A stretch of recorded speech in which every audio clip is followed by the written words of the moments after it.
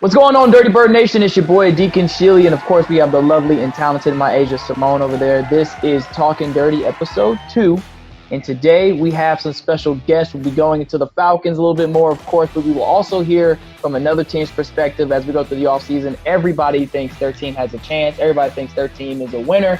So we're going to bring on a fan from a different team and have them talk a little bit dirty to the Dirty Bird fans and to Dirty Bird Nation. MiAsia, how you doing today? I'm doing great. I have on my red and black. I got my Julio jersey in the back. It's Falcons Friday, so I'm excited. Perfect. Well, we have a special guest. We're not going to hold everybody too long. MiAsia, you're bringing this young man on, so what do we know about him? Yes, so Garrett Chapman is a digital content producer for Sports Radio 92.9 The Game and overnight host for Star 94.1 in Atlanta. Garrett graduated from Georgia Southern University, where he was the co-host for 91.9 The Buzz, and he's been an avid sports fan since he could walk.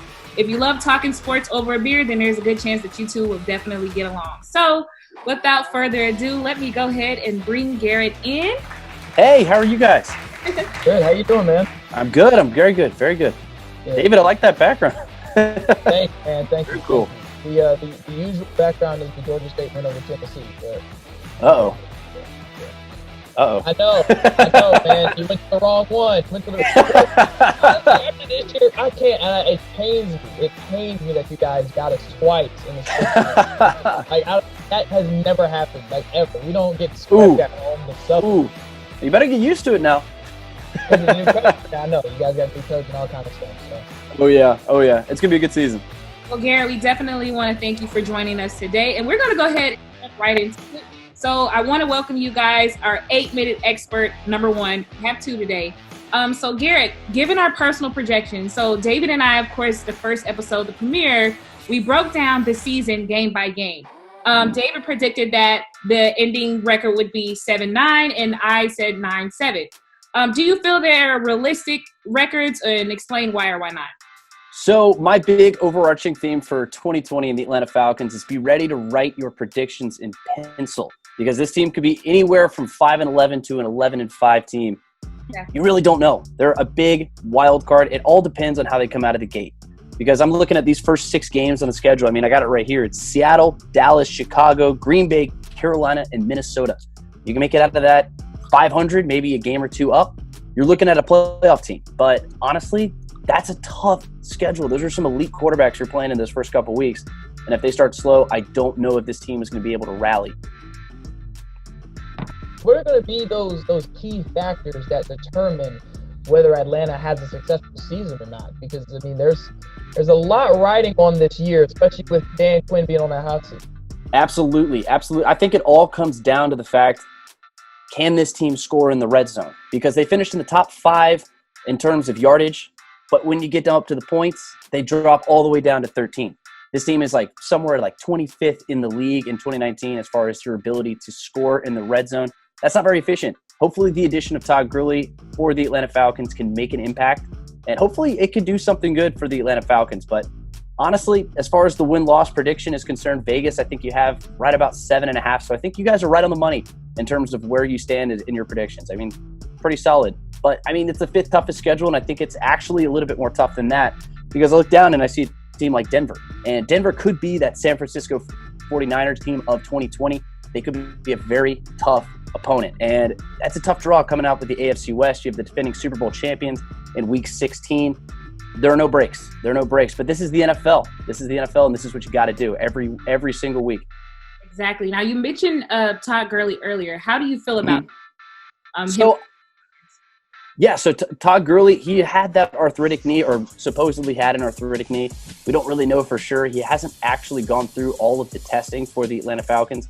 Thomas Dimitroff was actually on with the midday show with Andy and Randy on 92.9 Game in Atlanta today. He says he has complete confidence in that knee, and I tend to agree. I think that they would have done their due diligence on that knee, and he's going to be a big impact in the red zone, or at least they hope so, because Devonta Freeman was not getting it done. They have to have that big, strong back who is multifaceted, who can get out of the backfield and big enough to really punch it in when they get into that red area. And what is it going to take for Dan Quinn to keep his job? Because obviously right now, in the time and the state of the team, a lot of people, it's questionable. It's up in the air. What do you think as far as Dan Quinn and his job? So over the offseason, Arthur Blank dropped the P word. It's the thing that no head coach ever wants to hear. Playoffs. He has to make the playoffs if he wants to be the head coach of the Atlanta Falcons in 2021. And the road's not easy. That division got exceptionally more difficult because you had a guy named Tom Brady who's coming to town. He's down in Tampa Bay. I'm not sure how well that's going to work necessarily, but that's a different discussion for a different time. But he has to make the playoffs top to bottom. This is a talented enough roster to win 11 games. Heck, they could win 12 games. You don't really know because the whole team is just inconsistent. I mean, you look, the first 9 games of last year, they just weren't getting it done. They come back after the bye week, and they're a completely different football team. Hopefully the new defensive coordinator, Raheem Morris, makes that big impact, and he can be that defensive coordinator that he was in the second half. But if you're a Falcons fan, that's all you can hope for because you really don't know what to expect. One thing that's kind of a wild card question, but I mean, it's trending right now. Yeah. Michael Thomas saying he's the number 1 receiver in the NFL. Of course, Falcons fans say that's Julio Jones. Who would you say is the top receiver in the NFL, and who's better between Jones and Thomas? See, Michael Thomas is an exceptional wide receiver. I think that Julio Jones is still the guy. And I wouldn't even put Michael Thomas in that 2 spot. I have a ton of friends who think that Michael Thomas is the guy now, but there are just some things where he's just too limited. He doesn't get the ball down the field. Drew Brees isn't really the quarterback to get the ball down the field. Doesn't really work for Sean Payton's offense. So Michael Thomas could be that guy if he had a different offensive guy calling plays. He could be that guy if he had a different quarterback. But to this point, what he does successfully is get the ball across the middle of the field. And he does it exceptionally well. I'd say he's probably the best in the league at doing that. But a DeAndre Hopkins, a Julio Jones, those guys can get all the way down the field. They can run the same routes as Michael Thomas can. He's big, he's strong, he has great hands, but he's not there yet. He's not that guy. But I think it's a testament. It's a testament to the talent that exists in the NFC South. Because you look across the board on offense, you have quarterbacks who are elite. You have Tom Brady. You have Teddy Bridgewater. You've got Drew Brees, Matt Ryan. Those are all fantastic quarterbacks. I mean, Teddy Bridgewater, I wouldn't hesitate. He's not an elite quarterback, but he's a solid quarterback. You look at running back. You have Christian McCaffrey. You have Todd Gurley. You have Ronald Jones and the Keyshawn Vaughn from Vanderbilt, who could be a fantastic duo. And you have probably the best duo in the league in Latavius Murray and Alvin Kamara. So across the board, this is a fantastic offensive division. And it goes to show that why A.J. Terrell was that first pick for the Atlanta Falcons, because that wide receiver core is even more potent. So, Gary, thank you so much for talking to us today. Before you get off, we have to wish Matt Ryan and, of course, Alan Davidson. Their birthdays both passed, and we forgot to say their birthdays. So, I think Matt Ryan is 35 now, or is he? I think he just turned 35. I believe he might have turned 36. I think it's 35. I think he just turned 35. Yeah, Wow. Happy birthday, Grace. We hope that you're enjoying your quarantine version of a birthday. I hope we celebrated it. I hope they did. Well, Yeah, I had a March 17th birthday, so I know exactly how they feel. It's kind of an isolated birthday. I mean, hey, it's a party in the house, so and we have some fun here too. Well, Garrett, is there anything else that you want to add for this season coming up before we get off? I can't wait. I hope it happens. I mean, it's going to be that's a different discussion for a different time, but I hope everyone remains well, and I just hope we get sports back sooner rather than later. Yes, well, we all appreciate you. And David, we're going to go ahead and bring on the next guest. Are you ready? Absolutely. I definitely am ready. All right, thank you so much, Garrett, man. You're not, for a Southern guy, you're not that bad. For a Southern guy, you are not that bad, man. I cannot say the same for the rest of your classmates, but well, I'm honored. You're Y'all take care. You're right on my book, man. All right, take care, man. See ya. All right, so coming up next, we're going to have a good friend of mine who is he's a Colts fan. So we'll be talking about the Indianapolis Colts today. His name is Jared Joseph. He's a sports producer, sports MMJ with WVLA and WGMB in Baton Rouge, Louisiana. LSU alum, and he got a master's in mass communication. Most of his job, it's about covering the LSU Tigers and Southern University. So talking about national championships and then talking about the awesome, amazing atmosphere of HBCU football.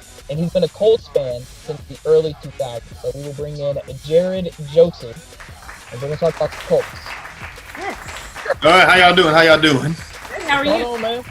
I'm good. I see you got that unique background back there. Y'all both are some Falcons fans. I feel like the lone wolf out here. Well, welcome to the party. What's up? Thank you. I'm glad to be here. How y'all? What y'all got for me now? Well, look, man, I feel like, first of all, I want to say I was the lone wolf Falcons fan when I lived in Indiana, so you don't have to be the lone wolf Colts fan today. Just get used to that feeling. It's fair. It takes a pride in it. Well, let everybody know, if they're not familiar, what's new with the Indianapolis Colts going into this year. I think one of the biggest additions, of course, is at quarterback. But what should they know about the Indianapolis Colts going into 2020? Well, I think that they have a lot of youth and a lot of depth coming into the fold.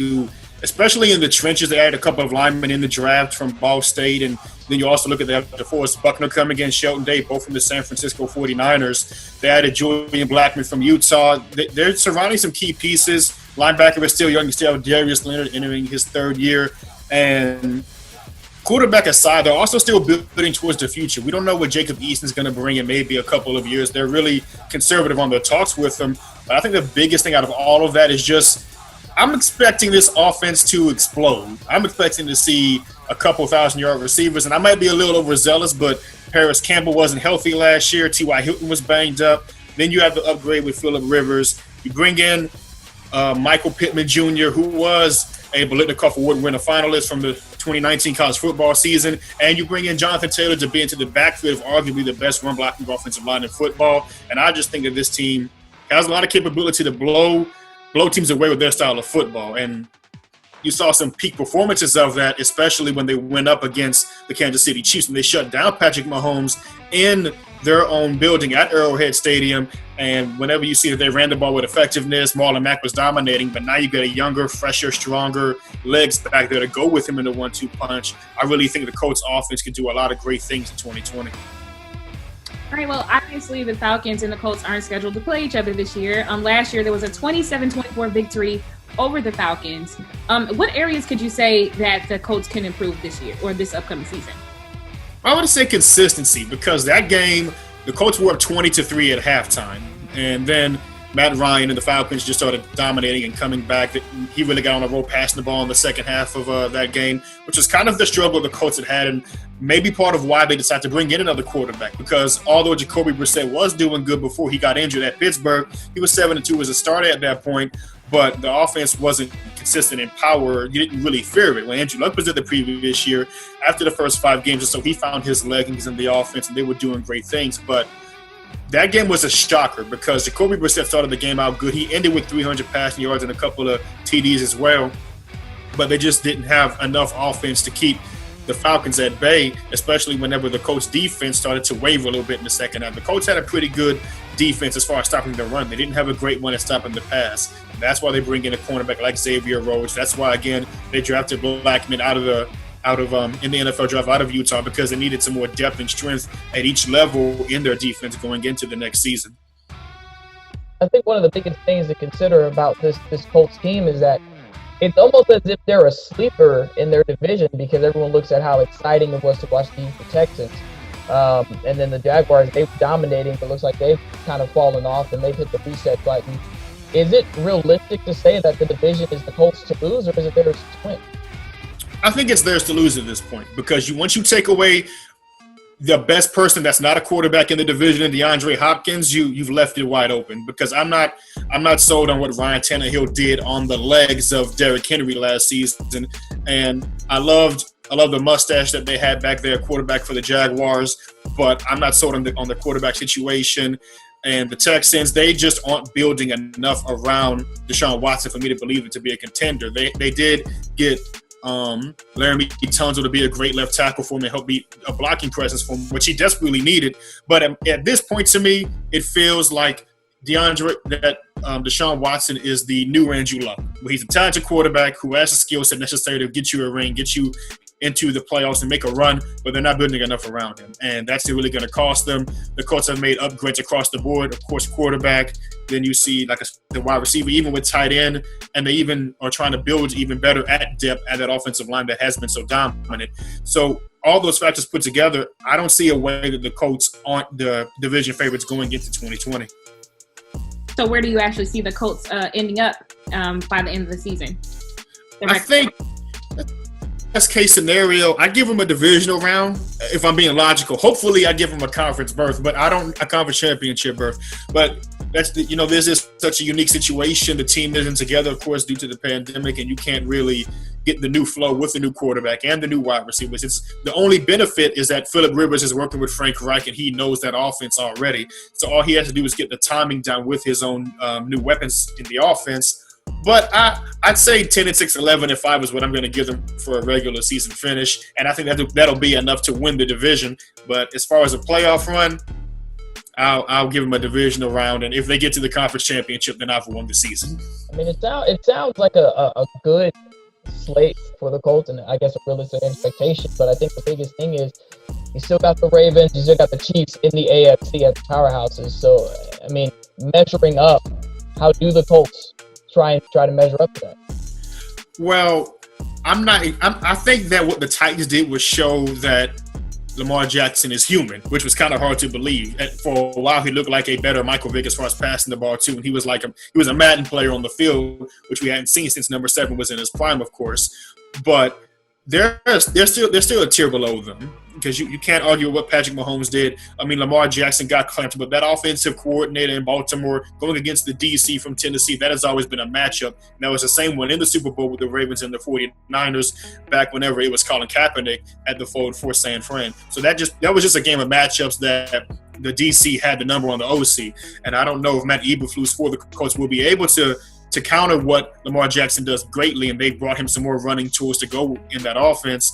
But they'd have to really shock and be able to show that they can hold them in.